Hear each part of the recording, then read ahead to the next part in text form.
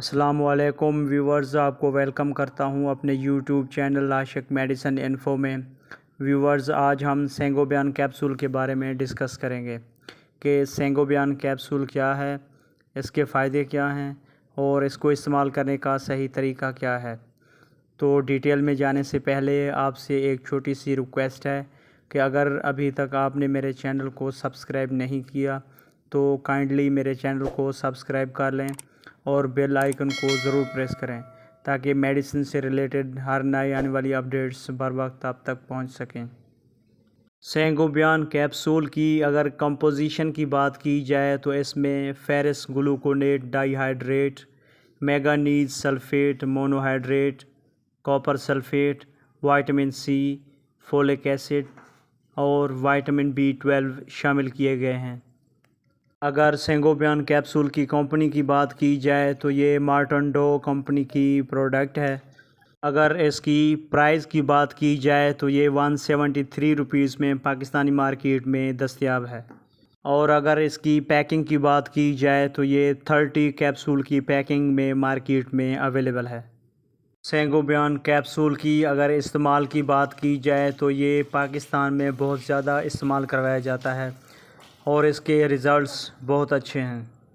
سینگوبیان capsule میں شامل فیرس گلوکونیٹ اور میگنیز خون کی کمی، کمزوری، ہاتھ پاؤں کا سن ہونا، چہرے کی رنگت کا پیلا ہونا اور اس کے علاوہ کمزوری کے لیے بہت مفید ہے۔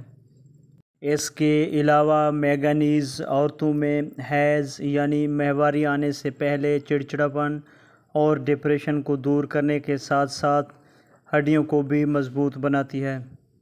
سینگوبیان کیپسول میں شامل کاپر سلفیٹ جسم میں قوت مدافعت پیدا کرتا ہے اور زخموں کو جلدی بھرنے میں مددگار ثابت ہوتا ہے۔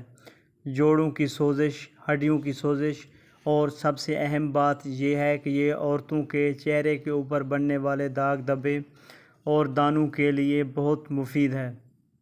سینگوبیان کیپسول میں موجود وائٹامن سی جسم کی قوت مدافعت کو بڑھاتا ہے اور آپ ہر قسم کی بیماریوں سے محفوظ رہتے ہیں۔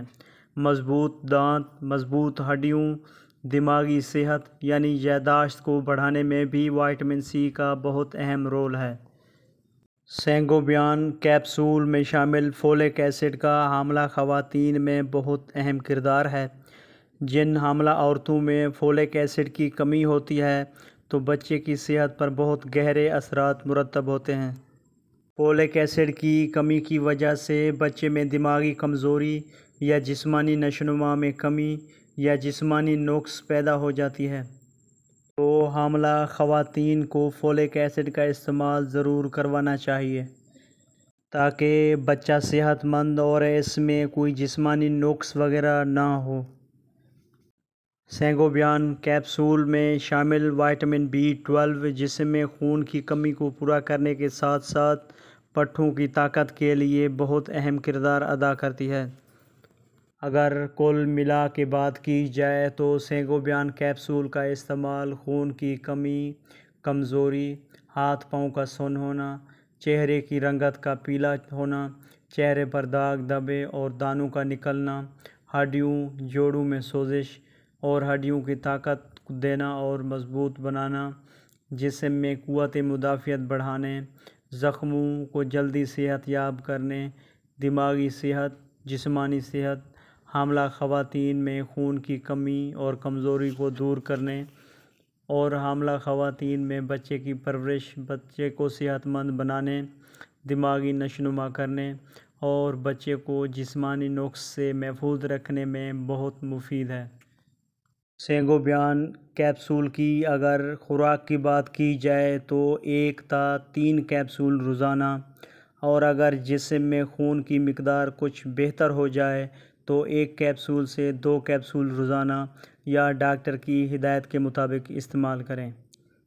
سینگوبیان کیپسول کی اگر سائیڈ ایفیکٹس کی بات کی جائے تو ڈائریا، الٹی، متلی، معدے کا اپسیٹ ہونا اور پاخانے کی رنگت کا کالا ہونا وغیرہ شامل ہیں۔